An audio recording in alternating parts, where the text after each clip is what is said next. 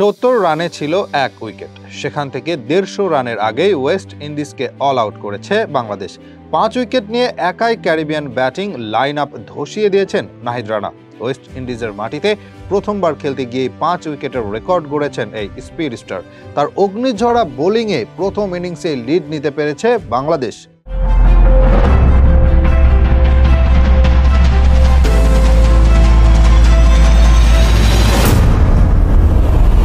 পুরো ইনিংসে নাহিদ রানার গতি ছিল আলোচনার বিষয়।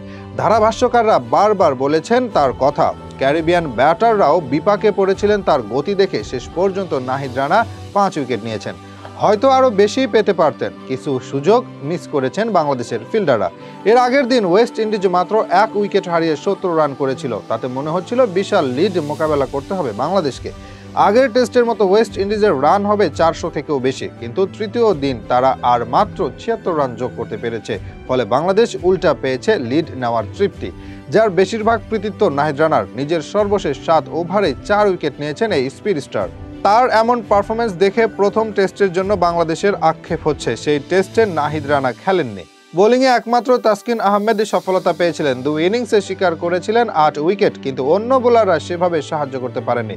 ফলে রানের পাহাড় তুলেছে ওয়েস্ট ইন্ডিজ। বাংলাদেশ হেরেছে বিশাল ব্যবধানে। প্রথম টেস্টে নাহিদ রানা ছিলেন না। তিনি থাকলে হয়তো তাসকিনের সাথে বোলিং জমে উঠত। সেক্ষেত্রে ফলাফল হতে পারত অন্যরকম। যদিও শুধুমাত্র বোলারদের পারফরমেন্স দিয়ে টেস্ট জেতা কঠিন, বাংলাদেশি ব্যাটসম্যানরা ব্যর্থ হচ্ছেন ধারাবাহিকভাবে।